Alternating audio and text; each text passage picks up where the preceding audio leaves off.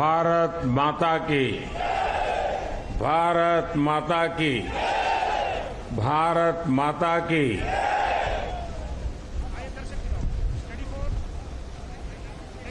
आज प्रातः मैं बेंगलुरु में था। सुबह बहुत जल्दी पहुंचा था।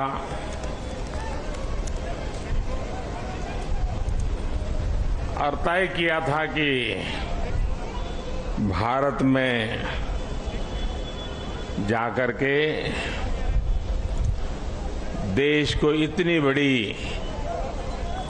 सिद्धि दिलाने वाले वैज्ञानिकों के दर्शन करूं, और इसलिए मैं सुबह सुबह वहां चला गया। लेकिन वहां जनता जनार्दन ने सुबह से ही, सूर्योदय से भी पहले हाथ में तिरंगा लेकर के चंद्रयान की सफलता का जिस प्रकार का उत्सव मनाया, वो बहुत ही प्रेरित करने वाला था। और अभी कड़ी धूप में सूरज बराबर तप रहा है, और इस महीने की धूप तो चमड़ी को भी चीर देती है। ऐसी कड़ी धूप में आप सबका यहां आना और चंद्रयान की सफलता को सेलिब्रेट करना, और मुझे भी इस सेलिब्रेशन में हिस्सेदार बनने का सौभाग्य मिले, ये भी मेरा सौभाग्य है। और मैं इसके लिए आप सबका अभिनंदन करता हूं। आज जब मैं इसरो पर सुबह पहुंचा था, तो चंद्रयान द्वारा जो तस्वीरें ली गई थी, उन तस्वीरों को पहली बार रिलीज करने का भी मुझे सौभाग्य मिला। शायद अब तो आपने भी टीवी पर वो तस्वीरें देखी होगी। वो खूबसूरत तस्वीरें अपने आप में एक बहुत बड़ी वैज्ञानिक सफलता की एक जीती जागती तस्वीर हमारे सामने प्रस्तुत हुई। आमतौर पर एक परंपरा है दुनिया में कि इन प्रकार के सफल अभियान के साथ उस पॉइंट का कोई न कोई नाम दिया जाए। तो बहुत सोचने के बाद मुझे लगा, और आज जहां पर चंद्रयान 3 ने लैंड किया हुआ है, उस पॉइंट को एक नाम दिया गया, और नाम दिया है शिव शक्ति।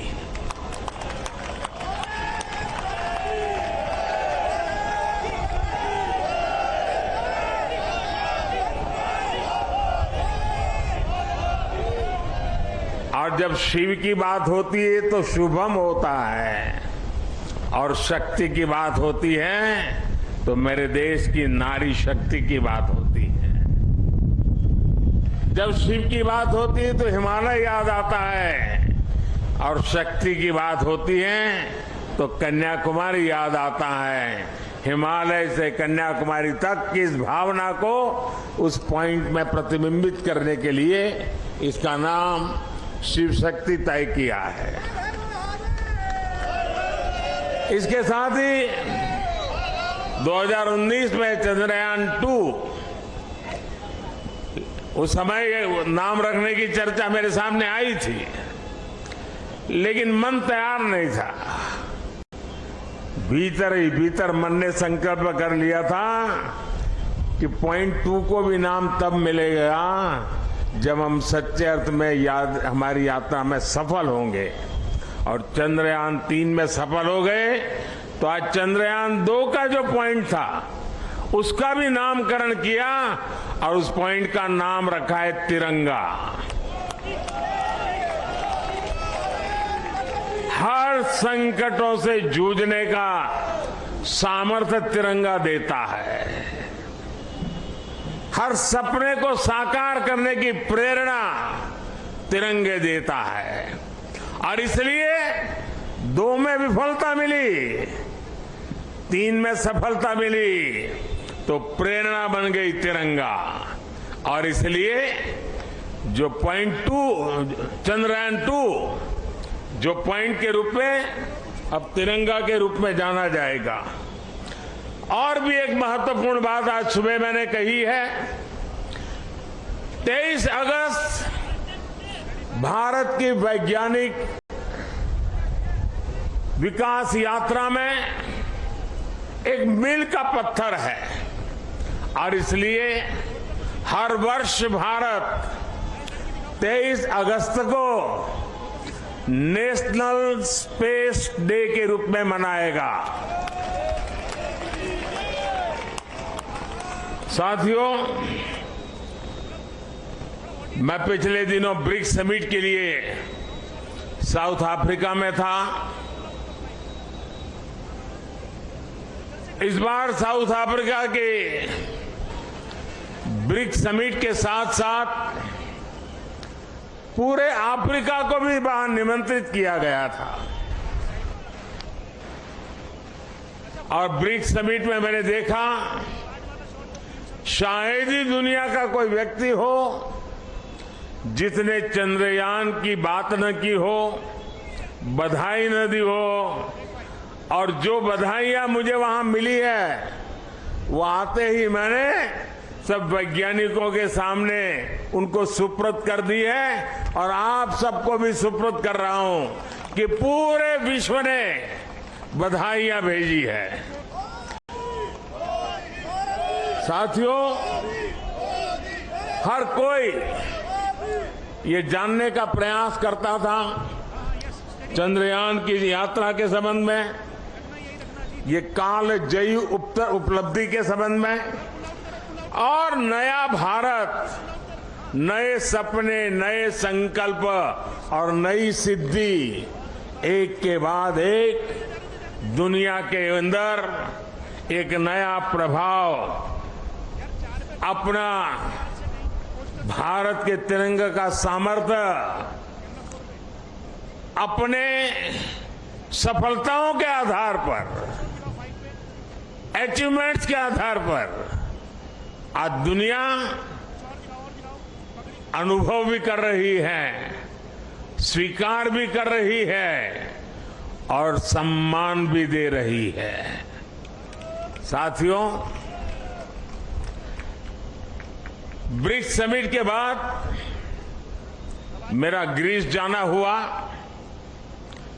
40 साल बीत गए, भारत के किसी प्रधानमंत्री ने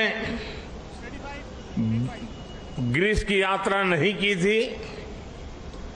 मेरा सौभाग्य है कि बहुत सारे काम जो छूट जाते हैं मुझे ही करने होते हैं।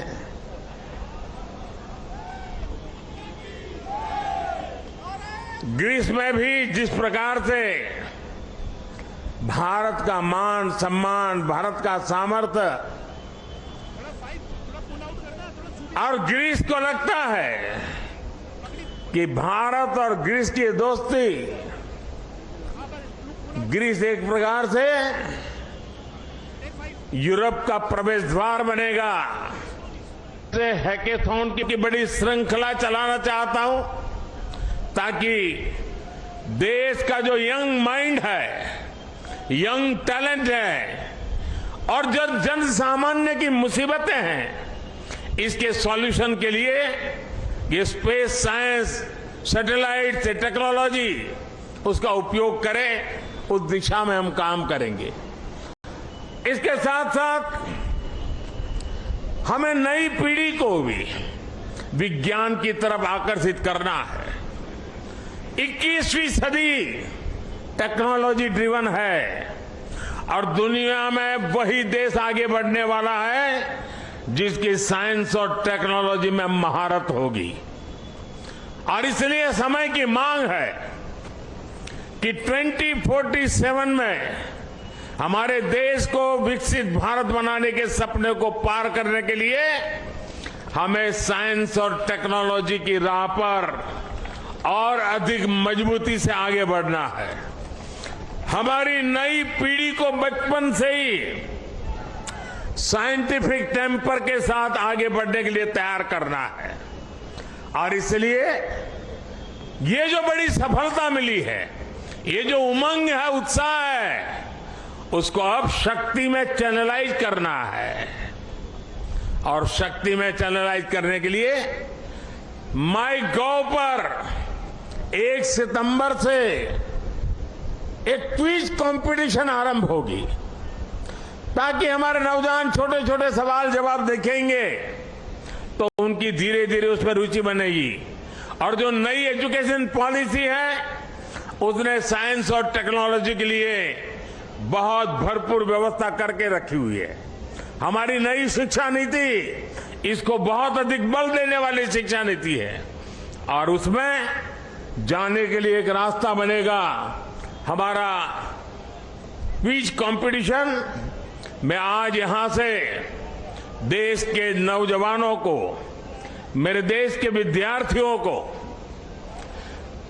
और हर स्कूल को मैं कहूंगा कि स्कूल का एक कार्यक्रम बने कि ये चंद्रयान से जुड़ी हुई जो क्विज कंपटीशन है, उस क्विज कंपटीशन में बढ़ चढ़ करके हिस्सा लें।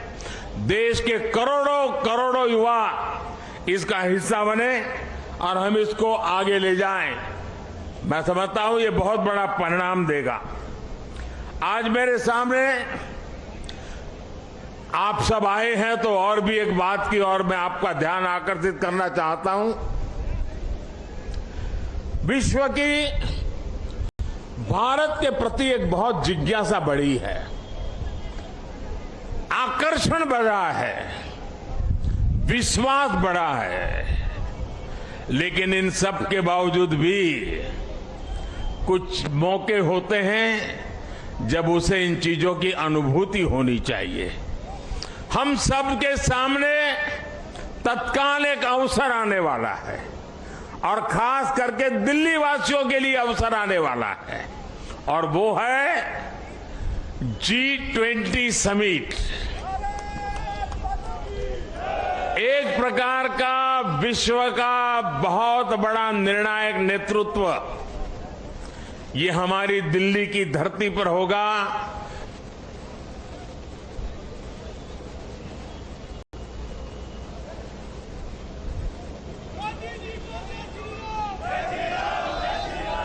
G20 की मेजबानी पूरा देश मेजबान है, लेकिन ज्यादा से ज्यादा जिम्मेवारी मेरे दिल्ली के भाइयों बहनों की है, मेरे दिल्ली के नागरिकों की है। और इसलिए देश की साख पर रत्ती भर भी आंच न आए, ये हमारे दिल्ली को करके दिखाना है। देश की आन बान शान का झंडा ऊंचा करने का सौभाग्य मेरे दिल्ली के भाइयों बहनों के पास है। और इतनी बड़ी मात्रा में विश्व से मेहमान आते हैं तो असुविधा तो होती ही होती है। अपने घर में भी अगर 5-7 मेहमान आ जाए तो घर के लोग मुख्य सोफा पर नहीं बैठते, अगल वाली छोटी सी चेयर पर बैठ जाते हैं, क्योंकि मेहमान को जगह देते हैं। हमारे यहां भी अतिथि देवो भव के हमारे संस्कार है। हमारी तरफ से जितना ज्यादा मान सम्मान स्वागत हम दुनिया को देंगे, वो सम्मान अपना बढ़ाने वाले हैं, हमारा गौरव बढ़ाने वाले हैं, हमारी साख बढ़ाने वाले हैं। और इसलिए सितंबर में 5 तारीख से लेकर के 15 तारीख तक बहुत सारी गतिविधियां यहां रहेगी। मैं दिल्ली वासियों से आने वाले दिनों में जो असुविधा होने वाली है उसकी क्षमा यात्रा आज ही कर लेता हूं और मैं उनसे आग्रह करता हूं, ये मेहमान हम सबके हैं। हमें थोड़ी तकलीफ होगी, थोड़ी असुविधा होगी, ट्रैफिक की सारी व्यवस्थाएं बदल जाएगी, बहुत जगह पे हमें जाने से रोका जाएगा, लेकिन कुछ चीजें आवश्यक होती है। और हम तो जानते हैं परिवार में अगर शादी भी होती है ना तो घर के हर लोग कहते हैं अगर नाखून काटते समय थोड़ा सा अगर खून निकल गया हो तो भी लोग अरे भाई संभालो, घर में अवसर है, कुछ चोट नहीं लगनी चाहिए, कुछ बुरा नहीं होना चाहिए। तो ये अपना बड़ा अवसर है। एक परिवार के नाते ये सारे मेहमान हमारे हैं। हम सबके प्रयासों से ये हमारा G20 समिट शानदार हो, रंग बिरंगा हो, हमारा पूरा दिल्ली रंग राग से भरा हुआ हो। ये काम दिल्ली के मेरे नागरिक भाई बहन करके दिखाएंगे, ये मेरा पूरा विश्वास है। मेरे प्यारे भाइयों बहनों, मेरे परिवारजनों, कुछ ही दिन के बाद रक्षाबंधन का पर्व आ रहा है। बहन भाई को राखी बांधती है और हम तो कहते आए हैं चांदा मामा, बचपन से ही पढ़ाया जाता है चांदा मामा।